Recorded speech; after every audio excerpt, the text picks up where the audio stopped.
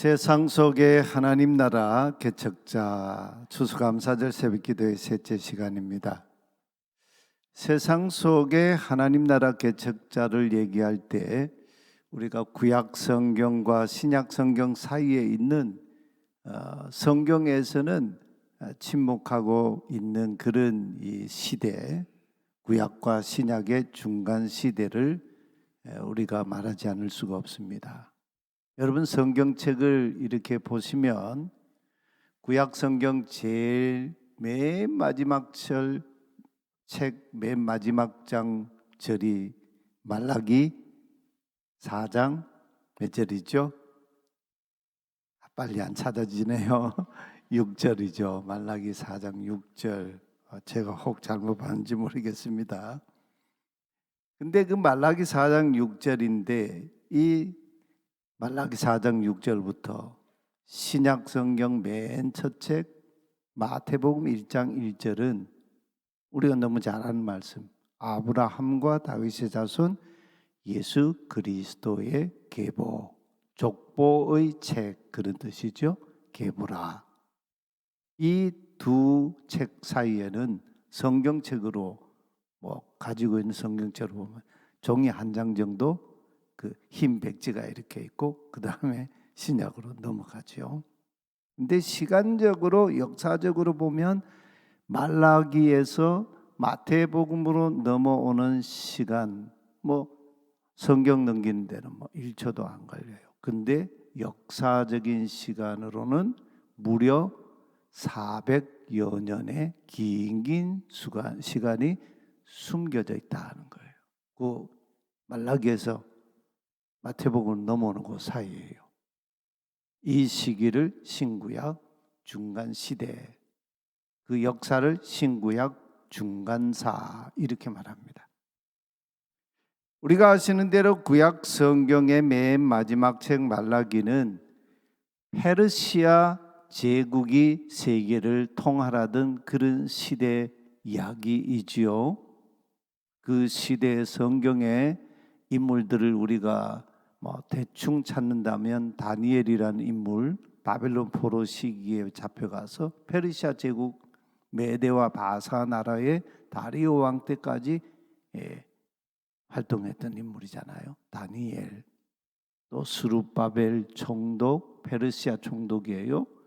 또 느헤미야 총독. 이 다 페르시아 제국의 총독들인데 유대인들이었어요. 유대에 와서 통화를 했습니다. 그리고 제사장 겸 율법학자인 에스라, 이 2차 포로기한 공동체를 이끌고 왔던 인물이죠. 또 아하수에로 왕의 왕비였던 에스더, 그리고 그의 이 삼촌인 모르드게, 그의 적수였던 하만, 학계 예언자, 이런 인물들이 페르시아 제국 그 이 신구약 중간 시대 전에 이제 활동했던 그런 인물들입니다. 그런데 신약 성경의 맨 첫 번째 책인 마태복음의 역사적인 배경은 역사적으로 훌쩍 뛰어넘어서 400여 년이라는 시간을 뛰어넘어 가지고 로마가 세계를 통치하고 있던 로마 제국 시대입니다. 이때는 이미 로마가 팔레스타인을 한 100년 정도 식민 통치하고 있던 그런 시점이에요. 로마의 초대 황제 아우구스투스가 로마 제국 천하를 1인 통치하에 두었습니다. 그래서 로마 제국 내 명실공히 이 아우구스투스가 제1시민이 됐어요. 제1인자가 됐어요. 더 이상 로마 제국 내에 자신과 권력 다툼을 하는 정적이 없는 시대를 만들었죠. 로마가 이제 아우구스투스 통치 하에서 이제는 나라가 한 사람의 통치에서 평화를 이루었다. 그런 의미에 그러면서 외친 말이 로마의 평화, 팍스 로마나였습니다. 바로 그러던 시대가 시대에 기가 막히게 다윗의 자손 예수님이 베들레헴 어느 마구간에서 조용하게 탄생하셨습니다. 그런데 사실은 조용하게 탄생한 게 아니죠. 과거의 예언자들이 이미 오래전부터 외치던 예언이 성취된 거예요. 예수님이 탄생하셨을 때에 누가를 통해 증언한 이 복음 증언을 보면 지극히 높은 곳에서는 하나님께 영광이요 땅에서는 하나님이 기뻐하신 사람들 가운데 평화로다. 구약에서는 샬롬이잖아요. 지금 이스라엘에 지금 샬롬이 지금 깨지고 있는 거죠.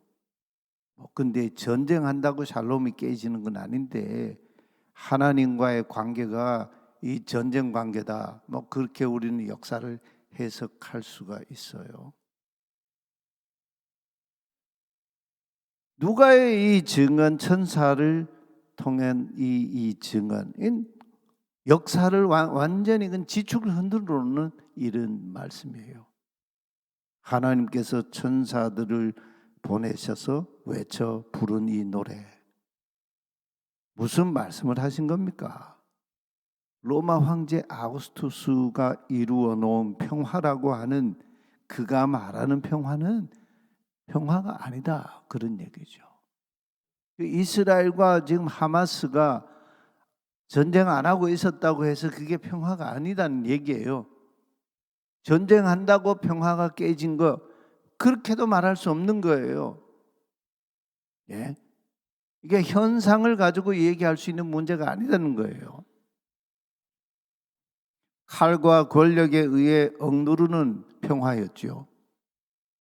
거기에 하나님의 역사가 개입한 겁니다. 하나님이 역사에 개입하신 겁니다. 근데 놀랍지 않습니까? 아우구스투스는 전쟁을 하고 정적을 죽이고 또 죽이고 그러면서 자기 권력을 로마 제국의 평화를 이루었다 했는데, 예수님은 유다 지파의 작은 시골 도시인 다윗의 도시라고 불리던 베들레헴의 어느 마구간에 탄생하셨습니다. 그 아기 예수님이 세상에 평화를 가지고 오셨다. 천사들이 찬양했죠. 이것이 바로 세상 속에 임하는 하나님 나라 통치의 방식이고 세상 속에 존재하는 하나님 나라의 역설적인 방식이에요.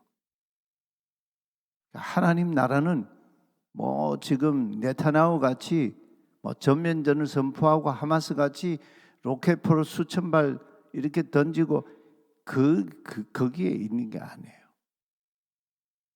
로마 황제 아우구스투스가 세상의 구주, 세상을 구원하고 다스리는 하나님이라고 불리던 시대에 아니다, 하나님의 아들 예수가 세상의 진정한 평화의 왕이시고 통치자이시다, 세상의 구주이시다. 여러분, 우리가 성경에 보면 우리는 너무 당연하게 예수님이 구주, 예수님이 주님 이렇게 고백하는데 이 말이 단순한 말이 아니에요. 그 시대에 로마 제국 시대니까 로마의 황제가 세상의 구주, 하나님이라고 불리던 시대입니다. 로마 제국 시대에는 복음이요, 황제가 복음이에요. 그런데 바울이 그러잖아요. 로마에 보낸 편지. 자기는 파울로스, 나는 종이다. 누구의 종? 예수 그리스도의 종이다. 이 예수 그리스도의 종된 그 이유가 뭐냐? 복음이신 구주이신 예수 그리스도, 그분을 전하기 위해서 이렇게 나오는 거예요. 이건 완전히 로마의 심장부에 로마 황제가 구주고 세상의 주님이시다고 얘기하는 거기에 이 폭탄을 투척하는 거 아니에요. 이게 하나님 나라 방식이에요. 그래서 예수님이 탄생하셨을 때 보면 오늘 다윗의 동네에 너희를 위하여 구주, 세상의 구주가 나셨으니 고 그리스도 주시니라. 이 역사를 완전히 막 지축을 뒤 흔들어 놓는 말씀이죠. 이 낭만적인 그런 말씀이 아니에요. 예수님이 역사 속에 등장하시기 이전에 말라기 예언자 시대였던 페르시아 제국 시대와 신약 성경의 마태, 마가, 누가, 요한복음, 사복음서, 또 사도행전, 서신서들, 요한계시록이 기록된 그 역사적인 배경은 로마 제국 시대예요. 그때 하나님의 아들 예수 그리스도가 이 땅에 탄생하시고 오셔서 하나님 나라 공적 생애를 사셨죠. 하나님 나라 운동을 하셨어요. 로마 제국 시대 바로 그 사이에 우리 성경에 숨겨져 있는 시대가 있어요.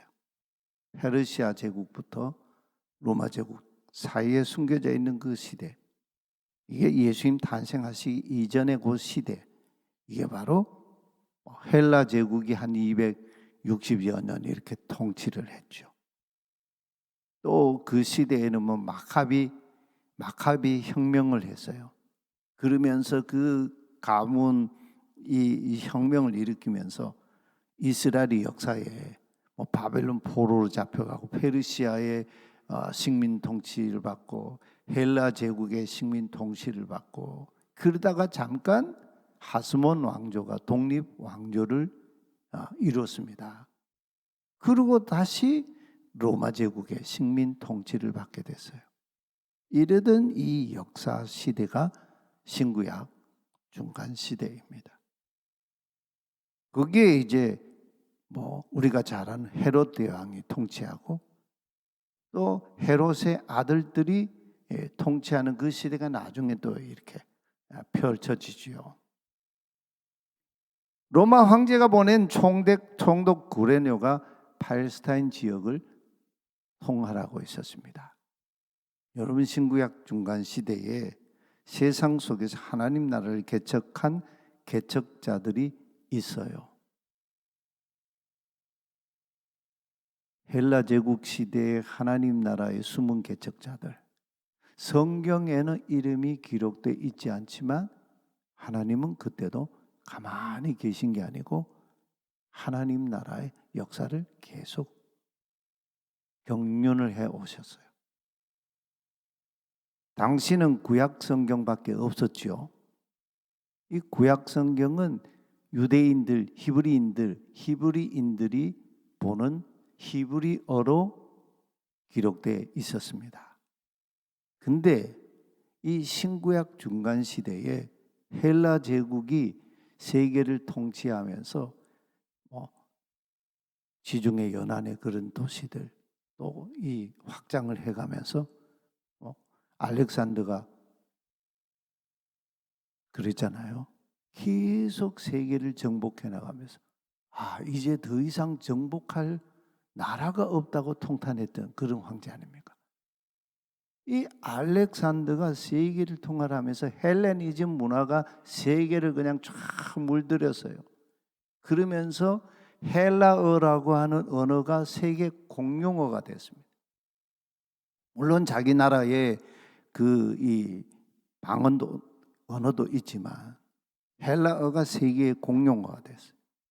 근데 이 히브리어로 기록된 이 구약 성경을 헬라어로 번역하는 그런 일이 신구약 중간 시대에 일어났습니다. 그게 헬라어로 번역한 성경이 70인역입니다. 이 사도 바울이 70인역 구약 성경을 많이 이용했습니다. 물론 히브리어도 히브리 성경도 했겠죠. 무려 기원전 3세기 중엽부터 기원전 1세기까지 예수님 탄생하시기 이전에 오랫동안 이 70인역이 번역되고 다듬어지고 그랬어요. 이 본래는 히브리어 민족 언어인 히브리어로만 기록된 구약 성경을 예수님이 탄생하시기 전에 세계 공용 헬라어로 번역한 이 일, 이거는요 역사의 변혁입니다. 우리가 아시는 대로 종교개혁 시대 16세기에 그 성경책은요, 그 일반 그 성도들이 성경을 가지고 있지도 못하고 읽지도 못했습니다. 성경 그때 당시에는 그 로마의 언어인 라틴어로 기록되어 있거든요. 풀게이트라고 하는데, 이 루터가 종교 개혁을 하면서 라틴어로 된 성경을 독일어로 번역을 했습니다. 그러면서 이 하나님의 말씀이 평민의 언어가 돼가지고 읽을 수 있는 말씀으로 세계에 퍼지게 된 거예요. 엄청난 사건이에요. 그러기 이전에는요, 성경책이 어디에 있었느냐? 사제들의 서고에 있었고 도서관에만 성경책이 있었어요. 평민들은요, 성경을 읽으면 성경을 잘못 이해하고 해석하고 성경을 걸친다고 아예 이거는 읽히지도 않던 그런 책입니다. 근데 독일어로 번역하면서 이게 쫙 퍼진다. 오늘 우리 이 말성경 번역이 안 됐다면 여러분 성경 읽을 수 있겠습니까?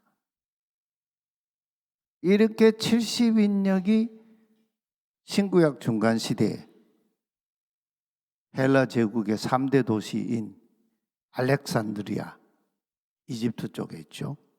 거기에서 유대에서 가장 탁월한 율법 학자들이 차출돼 가지고 번역했어요. 이것이 신약 시대에 오면서 예수 그리스도의 복음이 특히 사도들, 특히 사도 바울을 통해서 소아시아, 유럽, 나중에 스페인까지 가려고 하는 그런 이 의지를 내비쳤는데 스페인이 갔는지 안 갔는지는 학자들도 분분해요. 이게 세계적으로 흩어져가는 복음이 된 거예요. 예루살렘과 온 유대와 사마리아와 땅끝까지 이르러 복음이 증거가 되는 거죠. 이게 이제 그럴 수 있는 그 중대한 사건이 히브리어 성경을 헬라어 성경으로 70인역이 번역이 됐기 때문에 그랬습니다. 그 인물들은 성경에 기록되어 있질 않아요. 그 시대에 하나님 나라의 매우 중요한 개척자들이죠. 이런 세계 역사의 흐름과 변화 속에서 때가 찼을 때 사도 바울이 기가 막힌 증언을 우리에게 하고 있죠.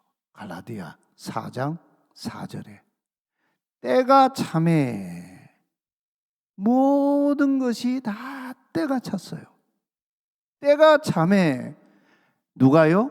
하나님이 누구를요? 그 아들을, 여기 그 아들이 누굽니까?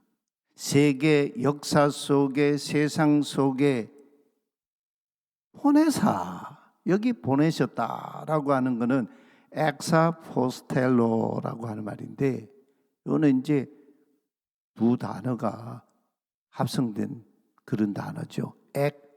엑스라고 하는 뭐뭐에서부터 밖으로라는 이 전치사와 아포스텔로 보낸다라고 하는 이 동사가 합쳐진 말이에요.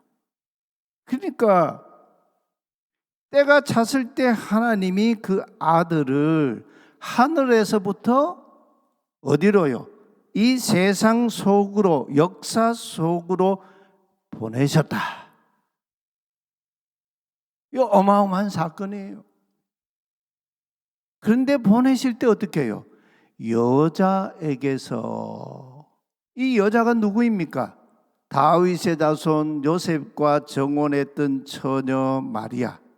당시 마리아는요, 나이가 12.5세 정도 돼요.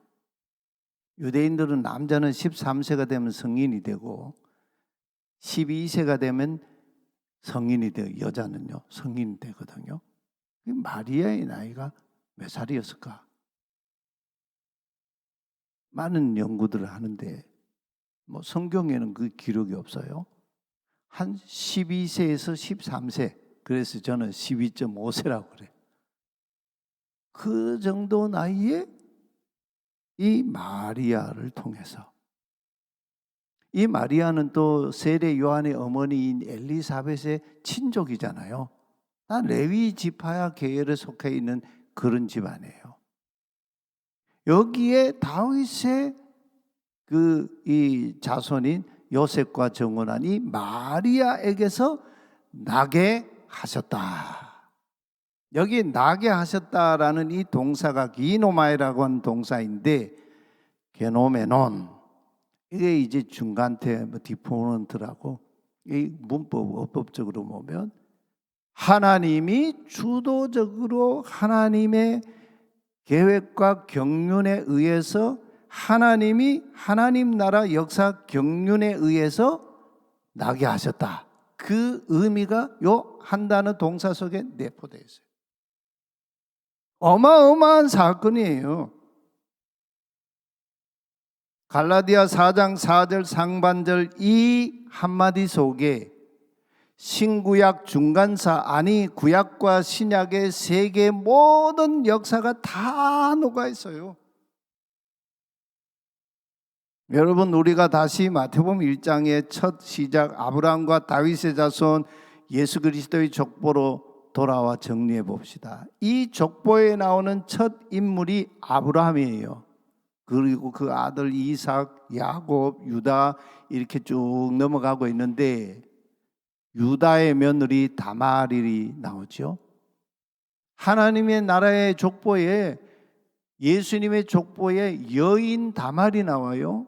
근데 이 다말은요, 시아버지 유다를 통해서 자식을 낳은 그런 여인이에요.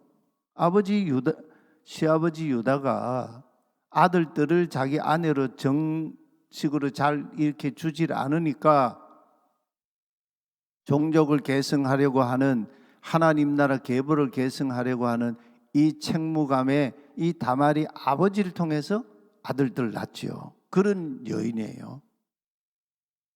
가나안 여인이에요. 이 사람은 또 훌쩍 뛰어넘어가지고 살몬의 아내였던 라합이라고 하는 인물이 등장해요. 이 라합은 여리고의 성벽 위에서 살고 있던 기생이에요. 여리고의 기생, 이방인이죠. 이방인. 그리고 출애굽한 이스라엘 백성들이 가나안 진군을 할 때 여리고 성벽에서 기생이 나오고, 이 라합이 누구를 낳았습니까? 베들레헴의 룻기에 나오는 유력자 이시기볼 하일이라고 하는 베들레헴의 유력자인 보아스를 낳았습니다. 이 보아스의 아내가 된 인물이 누구냐? 룻이라고 하는 거예요. 룻. 이 사람은 모압 여인이에요. 이방 모압 여인. 이 룻이 누구를 낳았습니까? 다윗의 할아버지 오벳을 낳았어요. 그리고 오벳이 하나님 마음에 합한 자라고 했던 다윗을 낳은 아버지 이새를 낳았습니다. 이런 인물들이 지금 이 마태복음에 예수 그리스도의 이 족보에 등장하고 있어요. 그리고 쭉 넘어가서 12절에 보면 특이한 역사 해설이 짧게 한마디가 붙여 있어요. 그 앞에서는 뭐 그러지 않았는데, 바벨론으로 사로잡혀간 후에, 즉 바벨론 포로 시대 그 이후에 페르시아 시대를 포함하고 있는 그런 이 얘기가 등장을 해요. 여러분, 바벨론 포로 시대 에스겔이 예언하면서 하나님께서 에스겔을 통해서 포로지에 살고 있는 유다 백성들이 하신 말씀이 있죠. 16장 6절에 너는 피덩이 피투성이가 되어서라도 살아있으라.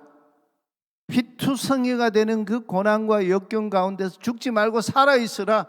하나님이 2번 거듭 말씀하세요. 너는 피투성이가 되어서라도 살아있으라. 바벨론 포로 생활을 견뎌내고 거기에서 너희 조상과 너희들의 악한 죄악의 삶을 다 씻어버리고 하나님 백성으로 다시 거듭나라. 하나님 백성으로 살아있으라.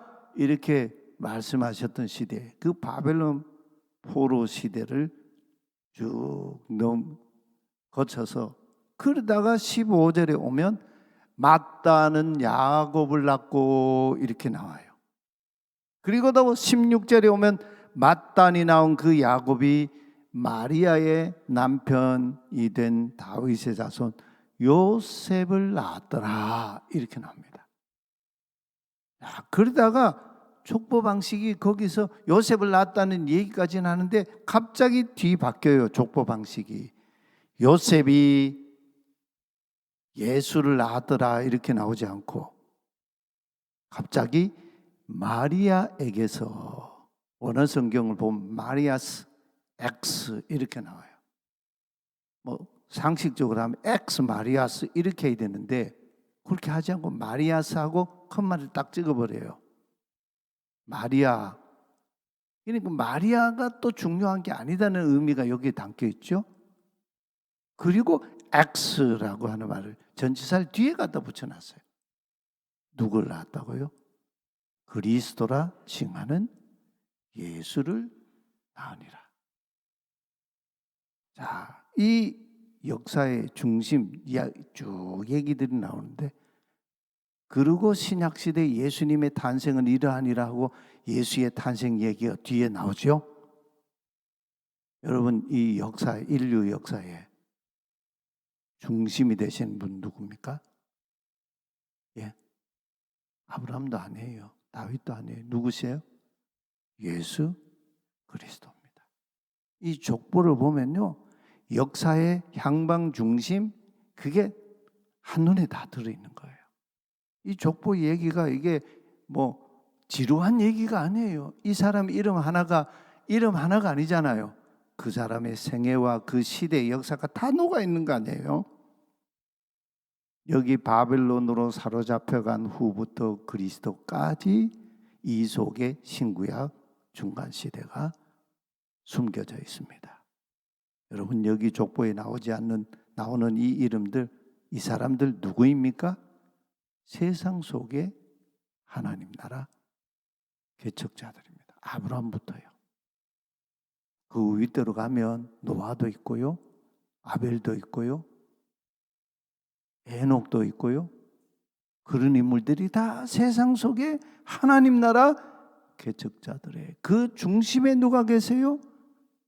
온 세상의 구주이시고 온 우주 만물의 통치자이시고 만물 위에 계시고 만물을 그 발 아래 복종하게 하시고 그리스도의 몸을 이루는 교회의 머리이시고, 여기 머리다 하는 말은 처음과 마지막이고 시작과 마침이고 알파 오메가다, 그런 말씀이죠. 누가요? 그리스도가 교회의 머리이시다. 근데 요즘 보면 교회가 어떤 제가 종종 얘기하는 그 어떤 그 교회 목사 이렇게 바꾸면서요, 뭐라고 그러냐면 그 교회를 이어받는 그 목사가 이런 얘기를 해요. 뭐 원로 목사님 아무개, 뭐 아버지 아무개 목사가 이 교회를 세우시고 이러더라고요. 아이, 정신 나간 얘기예요 이게. 사람이 교회를 세우는 일입니까? 천만에요. 예수님이 분명히 말씀하셨어요. 내가 이 반석 위에 내 교회를 세우리. 누가 세우신다고요? 예수 그리스도가. 이 예수님은 오고 오는 모든 세계 모든 이름보다 뛰어나신 이름, 예수, 그 이름 비밀이 되었네. 그 예수 그리스도가 오늘 역사의 중심이고 이 세상의 중심, 이 세상의 구주, 그리고 종말적인 새하늘과 새 땅의 창조자이십니다. 사랑하는 여러분, 그분 예수님 앞에 우리가 겸손해야 합니다. 정말 예수님 모시고 살면요, 이 말이 없어져요. 겸손해야 합니다. 입을 다물어야 돼요. 입술에 파수꾼을 세우는 거예요. 주님의 이름을 높이고 주님의 이름을 증언하고. 우리가 추수감사절 한 주간이, 추수감사절 하루가 아니고 한 주간을 지키잖아요. 장막절, 초막절 한 주간을 지키지 않습니까? 오늘 주일을 이제 우리가 추수감사절의 그 집회인 거죠. 누구에게 우리가 무릎 꿇는 게 감사하겠습니까? 예수 그 이름, 예수 그리스도 그 통치 다스림, 예수 그리스도 세상의 주, 교회의 머리신 그분께 잠잠하고 순종하고 그분의 이름을 높이는 게, 그게 감사의 근원입니다.